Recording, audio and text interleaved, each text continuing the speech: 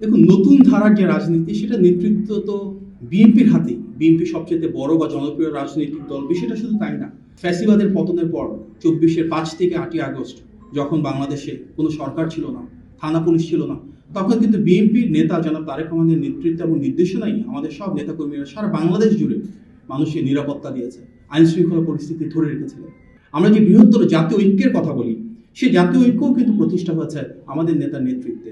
উনি বাংলাদেশে নেমেই কিন্তু যখন ঘোষণা দিয়েছিলেন যে আই হ্যাভ আ প্ল্যান, সেখানে জাতীয় নেতৃবৃন্দকে তিনি রেখেছিলেন এবং এর পাশাপাশি ডাক দিয়েছেন সেই বৃহত্তর ঐক্যের, যেখানে সবার আগে বাংলাদেশ থাকবে, বাংলাদেশের স্বার্থ থাকবে, বাংলাদেশের সার্বভৌমত্ব থাকবে।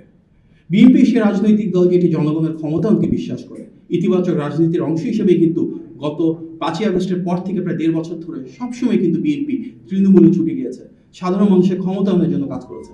31 দফা নিয়ে আমরা বাংলাদেশের প্রতিটি বিভাগ, জেলা, উপজেলা, ইউনিয়ন, ওয়ার্ড পর্যায় পর্যন্ত কাজ করেছে এবং আমাদের যে নির্বাচনী ইশতেহার, সেখানে ইনশাল্লাহ বাংলাদেশের প্রতিটি শ্রেণীর এবং পেশার মানুষের যে মতামত সেটি প্রতিফলিত হবে। আমরা দেখেছি উনি যখন বাস দিয়ে নির্বাচনী প্রচারণা শুরু করেছিলেন, একটা দল সমালোচনা করেছিল, পরে দেখলাম ওনাদের নেতাও কিন্তু পরবর্তীতে সেই বাসটাকে অনুকরণ করেছেন। আমাদের নেতা চেয়ার সরিয়ে সম্মান প্রদর্শন করেছেন সাধারণ মানুষের মতন করে, ওনাদের নেতাও করছেন। এই যে একটা অনুকরণ, এটা তো বিচ্ছিন্ন কোনো ঘটনা না। বিএনপির 31 দফা আগামীর বাংলাদেশের রাষ্ট্র সংস্কারের একটা মৌলিক ভিত্তি। আমরা দেখলাম আমাদের প্রতিদ্বন্দ্বী রাজনৈতিক দলও ঠিক 31 পয়েন্ট দিয়েছে, 30টাও না 32টা, ঠিক 31টা। স্বাস্থ্য খাতে আমাদের 5% বলেছি যে জিডিপির হবে, ওনারা বলছেন 6 থেকে 8%। বিএনপির সাথে অনুকরণ করেই তো বেকার ভাতা দিয়েছে বিএনপি, অনেক আগে থেকে একটা ঘোষিত কর্মসূচি। ওনারা প্রাথমিকভাবে সমালোচনা করেছিলেন, পরে দেখলাম ওনাদের একজন নেতা বলছেন ওনারাও বেকার ভাতা দিবেন। বিএনপি ফ্যামিলি কার্ড, কৃষক কার্ডের কথা বলেছেন। আমাদের রাজনৈতিক প্রতিপক্ষ যারা, ওনারা একটা স্মার্ট কার্ডের কথা বলছেন। বিএনপি 180 দিনের কর্মসূচির কথা বলেছেন, ওনারা দেখলাম 1000 দিনের কর্মসূচির কথা বলছেন। আমাদের ভিশন 2030 আছে, তার আদলে ওনারা সম্ভবত ভিশন 2040-র কথা বলছেন। আমাদের নেতাকে আগে বলা হতো দেশ নেতা, দেশ নায়ক, যেমন তারেক রহমান, উনি আমাদেরকে মানা করেছেন দেশ নায়ক বলতে না, আমরা দেশ নায়ক বলছি না। আমাদের দেশের নেত্রী বেগম খালেদা জিয়া, তার সাথে মিলিয়ে দেখলাম ওনাদের একজন নেতা সম্ভবত আব্দুল্লাহ আবু তাহের সাহেব, উনি বলছেন ওনার নাকি ওনাদের আমিরকে দেশ নেতা ডাকতে ইচ্ছা হয় এবং দেশ নেতা বলে ডাকলেন আমাদের দেশ নেত্রীর সাথে তাল মিলিয়ে।